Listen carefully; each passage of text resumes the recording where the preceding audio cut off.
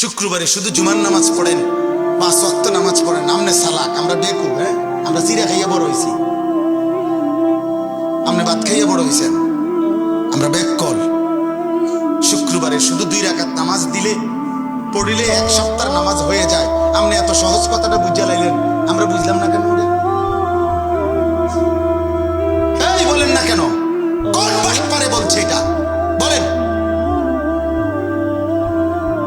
কোন হুজুর তো দূরে থাক, কোন বাটপারে বলছে কিনা আপনারে যে হে মুসলমানের বাচ্চা, শুধু শুক্রবারে 2 রাকাত নামাজ পড়লে চলে আর 1 সপ্তাহ নামাজ পড়তে হয় না? এটা কোন সিটারে বলছে আপনারে?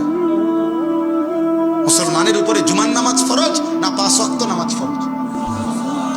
তো জুমার নামাজ কি আলগা নামাজ? শুক্রবারে নামাজ 6 ওয়াক্ত, তো তাই না?